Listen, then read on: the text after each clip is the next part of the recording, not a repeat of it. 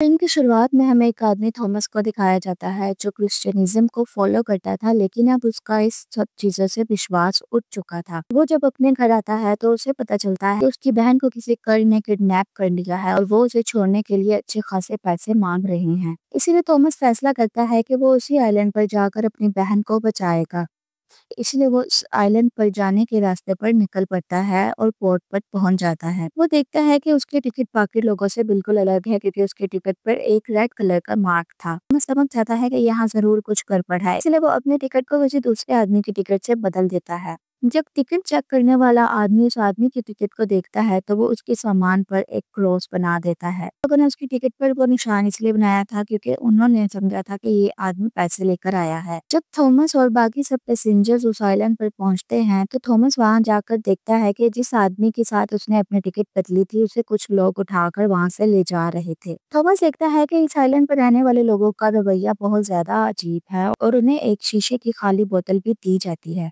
दरअसल ये island criminals के लिए था जो बाहर की दुनिया में जुर्म करके इस आइलैंड पर आकर छुप जाया करते थे। तो एक बार सब लोगों को चर्च में बुलाया जाता है जहां उनकी मुलाकात मैल्कम से होती है। मैल्कम दरअसल वो आदमी है जिसने अपने दो दोस्तों क्विन और फ्रैंक के साथ मिलकर इस आइलैंड की खोज की थी। तो वो खुद को इस आइलैंड का प्रॉफिट कहता था। वो कहता है कि यहाँ सब लोग बराबर हैं, सिर्फ तुम्हें यहाँ पर रहने के रूल्स को फॉलो करना होगा। एक तरफ जिस आदमी के साथ थॉमस ने अपनी टिकट बदली थी उसे मैल्कम के आदमी मार डालते हैं क्योंकि उस आदमी के पास पैसे नहीं थे। मैल्कम समझ जाता है कि जिस आदमी ने इसके साथ अपनी टिकट बदली है वो अभी भी हमारे बीच में मौजूद है और वो उसे किसी भी हाल पर ढूंढ कर रहेगा। रात में थॉमस देखता है कि मैल्कम अपने घर की खुफिया बेसमेंट के अंदर चला जाता है। उसी वक्त वो बाहर एक कपल जेरेमी और फियोन को भी देखता है। वो एक घर की खिड़की से ये भी देखता है कि यहाँ रहने वाले लोग उन खाली बोतलों में अपना खून डालकर यहाँ की गॉडेस को सैक्रिफाइस किया करते थे। जब थॉमस घर वापस आता है तो वो देखता है कि सब लोगों ने अपने कमरों के बाहर वही शीशे की बोतल रखी है जिसमें बहुत सा खून है।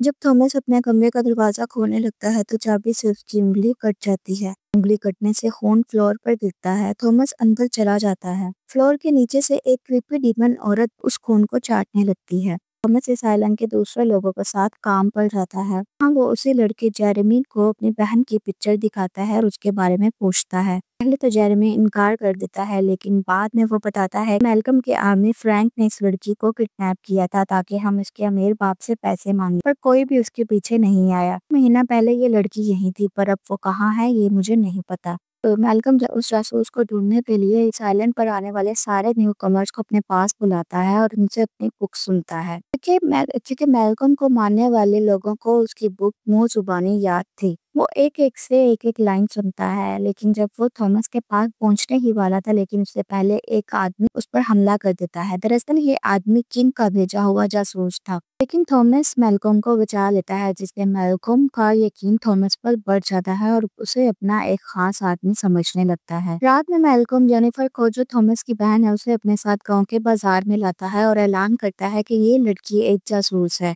इसका साथी भी इसी गांव में छुपा हुआ है। अगर वो बाहर ना आया तो मैं इस लड़की को मार दूंगा। थॉमस डर जाता है, पर फिर भी वो बाहर नहीं आता। सुबह जेनिफर को जंजीरों में बांधकर उस बाजार में बिठाया जाता है। कुछ बच्चे उसे तंग करते हैं, पर मैल्कम की बेटी एंड्रिया इन बच्चों को भगा देती है और जेनिफर को खाना खिलाती है। रात में गांव में एक फेस्टिवल होता है। सब लोग फेस्टिवल मना रहे थे और सबके घर खाली थे। मैल्कम और उसका दोस्त क्विन सब न्यूकमर्स के कमरों की तलाशी लेते हैं ताकि उन्हें पता चल सके कि वो जासूस कौन है जो अभी भी छुपा हुआ है। तो वो थॉमस के कमरे की तलाशी लेते हैं तो वहाँ उन्हें थॉमस का बनाया हुआ नक्शा मिलता है, तो इसी गाँव का था और मैल्कम के घर को मार्क किया हुआ था। उसी तरह थॉमस जेरेमी की मदद से मैल्कम के घर की खुफिया सुरंग में घुस जाता है। मैल्कम अपने दोस्त फ्रैंक से कहता है कि मेरे घर में जाकर देखो, थॉमस मेरे घर में ही होगा। जब फ्रैंक मैल्कम के घर जाता है तो वहाँ उसे अपना बेटा जेरेमी मिलता है। वो जेरेमी को वहाँ से भगा देता है क्योंकि वो समझ गया था कि जेरेमी ने ही थॉमस की मदद की है। फ्रैंक थॉमस को पकड़ने के लिए सुरंग के अंदर चला जाता है। मैल्कम भी जंगल में चला जाता है और उसी जगह पहुंच जाता है जहां वो सुरंग खत्म होती थी। थॉमस जब उस सुरंग के बाहर वाले दरवाजे पर पहुंचता है तो सामने उसे एक रोशनी दिखाई देती है, जिससे उसे पता चल जाता है कि कुछ लोग उसे पकड़ने के लिए यहाँ पर आ गए हैं। इसीलिए वो सुरंग से बाहर निकलने की बजाय उसी सुरंग के एक नाली में घुस जाता है। जब वो उस नाली को पार कर रहा था तो अचानक उसे वहां एक बूढ़ी औरत दिखती है जो उसी की तरफ आ रही थी। थॉमस उससे बचने के लिए भागता है और नाली की एक दूसरी साइड पर आ जाता है। यहाँ दीवारों पर गोडेस के निशान और कुछ टेक्स्ट लिखे हुए थे। दरअसल वो औरत जिसे थॉमस ने देखा वो सच में एक गोडेस थी और जब उसे खून का सैक्रिफाइस दिया जाता था तो वो आइलैंड को हरा भरा कर देती थी और उस पर अच्छी फसल देती थी। पर मैल्कम ने लालच में आकर उसी गोडेस को कैद कर लिया, इसीलिए गोडेस नाराज हो गई। अब आइलैंड पर सारी फसल बर्बाद हो गई और जानवरों ने भी ब्रीडिंग करना बंद कर दिया था। इसीलिए मैल्कम इस गोडेस को अपना खून पिलाता था। एंड्रिया किसी तरह उस सुरंग में थॉमस के पास पहुंचती है और उसे बाहर किसी सेफ जगह पर ले जाती है। दूसरी तरफ फियोन जेरेमी को बताती है कि मैं प्रेग्नेंट हूँ और तुम्हारे बच्चे की माँ बनने वाली हूँ। जेरेमी उसके लिए एक गिफ्ट लेने बाहर जाता है। फियोन के डैड क्विन को उसकी प्रेगनेंसी का पता चल जाता है और वो फियोन को मार डालता है और उसका इल्जाम जेरेमी पर लगा देता है। अपने गार्ड्स को जेरेमी के पीछे लगा देता है ताकि उसे प्योरीफाई किया जाए, लेकिन जेरेमी एंड्रिया के पास भाग जाता है।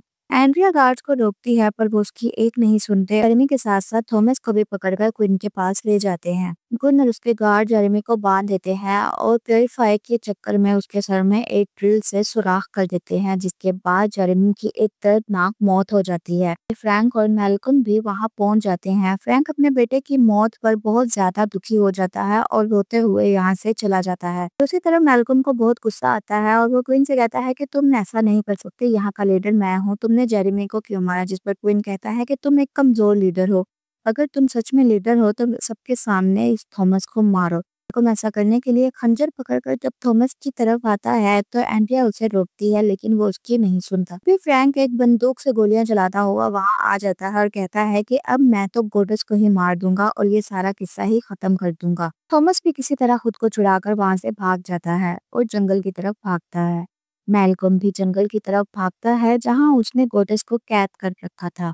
जब फ्रैंक गोलियां चलाता हुआ उस झोंपड़ी के अंदर जाता है तो अचानक वहां से इस झोंपड़ी का रक्षक गोडेस की रक्षा कर रहा था, वो फ्रैंक को ही गोली मारकर मार डालता है। क्वीन और मैल्कम यहाँ पहुंचते हैं तो वो देखते हैं कि फ्रैंक मर चुका है। इस बात का फायदा उठाकर मैल्कम को भी गोली मारकर मार डालता है। थॉमस एक खुफिया सुरंग से उस झोंपड़ी के अंदर पहुंच जाता है जहां वो देखता है कि गोडस को पेड़ की जड़ों में कैद किया हुआ होता है। उसे अपनी बहन जेनिफर भी मिलती है जिसे देखकर वो बहुत ज्यादा खुश होता है, लेकिन अचानक उस झोंपड़ी का रक्षक थॉमस पर हमला करके उसे बेहोश कर देता है। दूसरी तरफ क्वीन आकर जेनिफर को वहां से ले जाता है। जब थॉमस को होश आता है तो वो ग्राइंडर मशीन पर बंधा हुआ पाता है। रक्षक उस ग्राइंडर मशीन को चलाना शुरू कर देता है, लेकिन थॉमस किसी तरह उन रस्सियों से आजाद हो जाता है और वो उसी रक्षक को ही ग्राइंडर मशीन में डालकर मार डालता है। फिर थॉमस गोडेस के पास जाता है जो उसे कहती है कि मेरे बेटे, मुझे तुम्हारा ही इंतजार था। थॉमस से कहती है कि मुझे अब इस बंधन से आजाद कर दो और मुझे जला दो।